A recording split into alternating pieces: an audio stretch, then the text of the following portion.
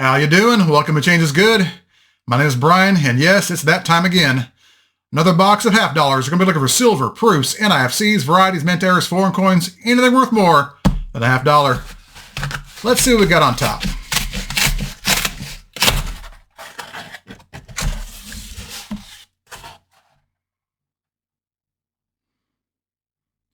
Nothing out of the ordinary. All right. Now it's time to start playing. Roll number 9. We have our first find. It's a 1971S proof. Not in the best shape anymore. It's been out there a while.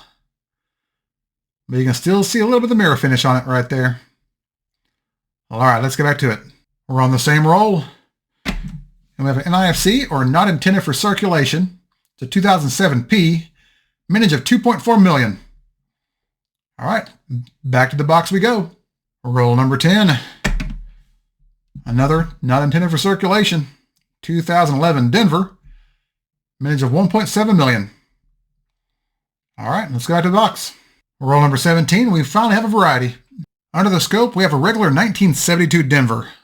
Look at the thickness of the lettering and the date. And compare that with this example. Notice how the lettering's a little bit thicker. The date's quite a bit thicker. There's also doubling over here in the word trust at the bottom of the first T, the bottom of both legs of the R, and the top of the U on both sides, even though the top of the second half of the word trust is a bit damaged. This is DDO number 1 on varieties, or WDDO number 1 on wexlersw.com. All right, let's get back to it. Roll number 18, we have another variety. Here we have a 1973 Denver. Now, if you look at the mint mark, you can see a secondary D peeking out here at the top. This is RPM number 1 on Variety Vista, or WRPM number 1 on wexlersw.com. All right, let's go back to the hunt. Roll number 24, we have another variety. Here we have a 1974 D. As you can see, the lettering in the motto is very thick. There's also splitting on the left side of the 1 and the 9 in the date. There's also heavy doubling here in the word trust, and there's also a big notch here on the back side of the 4. This is the FS 101 in the Cherry Picker's Guide, or DDO number 1 of Variety Vista.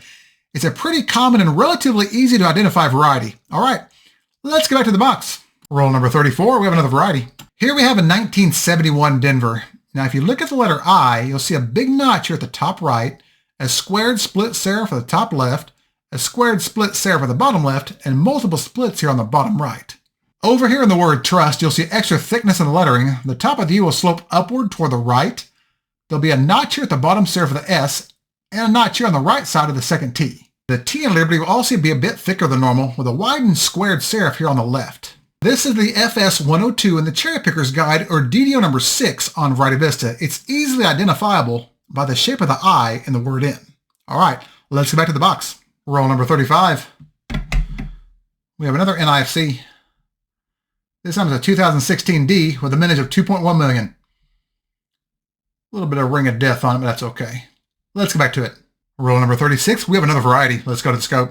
Here we have a 1973 D. As you can see, the mint mark is heavily doubled with splitting here at the top left and the bottom left right here. This is RPM number 3 on Variety Vista. This is only the second example of this variety I've ever found. Here's a different angle so you can see the splitting a little more clearly. All right, let's go back to the box. Well, it took long enough. Roll number 48.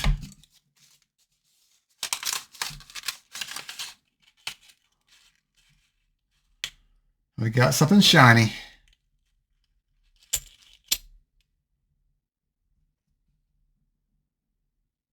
A nice 67. All right. A little bit of silver. We'll take it. 2 more rolls to go. Roll number 49. We have another variety. Under the scope are the reverses of 2 different 1972 Philadelphias. The top example is the regular die.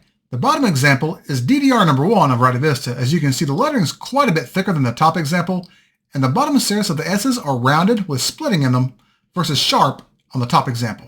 All right, let's go back to the box. 1 more roll to go.